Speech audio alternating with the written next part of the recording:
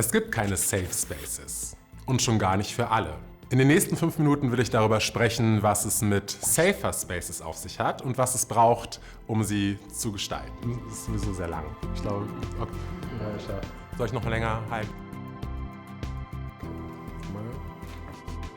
Mein Name ist Dominik Jalö, ich bin Podcaster und Moderator und seit vielen Jahren in Berlins Kultur- und Clubszene unterwegs. Nun stell dir mal vor, du bist an einem Ort, an dem du dich unwohl, ungewollt oder vielleicht ausgeschlossen fühlst. Alles andere als angenehm, oder? Auch wenn unsere Gesellschaft in vielen Bereichen, was Diskriminierung betrifft, schon viel aufgeklärter ist, erfahren marginalisierte Menschen auch noch heute Ablehnung, stoßen auf Unverständnis bis hin, dass sie Gewalt ausgesetzt sind. Und deshalb haben ich und meine queeren Friends uns oft auf gängigen Mainstream-Partys einfach nicht sicher und unwohl gefühlt. Deshalb haben ich und ein Freund vor fast 10 Jahren eine queer-feministische Hip-Hop-Party-Reihe gegründet, die sich an queere BIPOCs und Flinter richtet. Das Konzept um Safer Spaces ist keine neue Erfindung und reicht bis in die 50er und 60er Jahre zurück. Einzelne Gruppen wie die damalige Frauenrechtsbewegung in den Staaten, die LGBTIQ+-Szene und die afroamerikanische Bürgerrechtsbewegung haben genau solche Safer Spaces oder damals eben auch Safe Spaces geschaffen. Damals wurde noch von Safe Spaces gesprochen, davon kommen wir aber heute immer mehr weg. Der Grund dafür, dass wir heute von Safer Spaces sprechen, ist, dass in Safer Spaces auch Fehler gemacht werden können und sie sollten auch zugelassen werden. Denn ein Raum, in dem keine Fehler akzeptiert werden, der schafft eine gewisse Enge, von der sich doch eigentlich diese Safer Spaces freimachen sollten. Der Begriff Safer Spaces drückt aus, dass es Raum für Verbesserungen und Verfeinerungen geben sollte, mit der sich alle Beteiligten des Spaces wohlfühlen. Das Kreieren eines sicheren Raumes ist eben eine fortlaufende Sache, die in einem ständigen Prozess ist. Eine Entwicklung, die ich gerade im Club-Kontext beobachte, ist, dass dieser Begriff Safe Space super oft missbraucht und sinnentfremdet wird. Ich lese zum Beispiel sowas wie Safe Space für alle. What the f***, was soll das sein?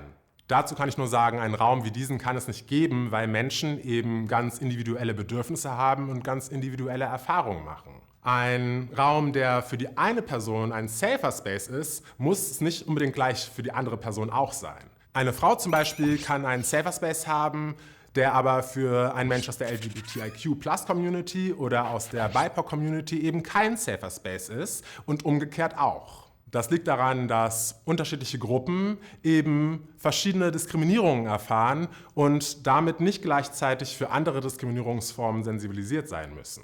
Und ich meine, dass ich queer bin, macht mich ja nun auch noch nicht zu einem Heiligen. Zum Schluss aber nochmal zusammengefasst, wofür Safer Spaces genau stehen. Schutz vor Diskriminierung und Belästigung. Respektvoller Umgang und Inklusion. Eine angenehme Atmosphäre ist das A und O eines Safer Spaces, in dem sich alle wohlfühlen. Community Care, Verantwortung und Unterstützung. Sollte eine Person gegen die Prinzipien eines Safer Spaces verstoßen, sollte es die Möglichkeit geben, darüber zu sprechen, um Veränderung und Wachstum anzustoßen. Fehlerfreundlichkeit ist da ein wichtiges Stichwort. Vertraulichkeit. In einem Safer Space sollten alle die Möglichkeit haben, sich frei auszudrücken und ihre Gefühle mitzuteilen, ohne Angst davor zu haben, dass sie weitergegeben werden oder missbraucht werden. Im Club-Kontext zum Beispiel sollte eine ungeoutete queere Person nicht später Angst haben müssen, dass sie auf offener Straße geoutet wird. Gemeinschaft. Ein Safer Space sollte ein Ort sein, an dem Menschen Unterstützung und Solidarität finden. Was können Clubbetreibende konkret dazu beitragen? Im Club-Kontext ist es wichtig, dass das komplette Team gebrieft ist und weiß, wie es sich im Fall eines Verstoßes zu verhalten hat. Viele Clubs arbeiten zum Beispiel mit einem Awareness-Team, das vor Ort ist, Präsenz zeigt und den ClubbesucherInnen mit Rat und Tat zur Seite steht, wenn es Bedarf gibt. Allein die Präsenz des Awareness-Teams trägt häufig schon zu einer positiveren Club-Atmosphäre bei. So, das war's auch schon von mir. Ich hoffe, ich konnte euch das Konzept von Safer Spaces ein bisschen näher bringen. Safer Spaces sind wichtige Orte, bis wir endlich in einer Gesellschaft ohne Diskriminierung leben. Und wir arbeiten dran, richtig?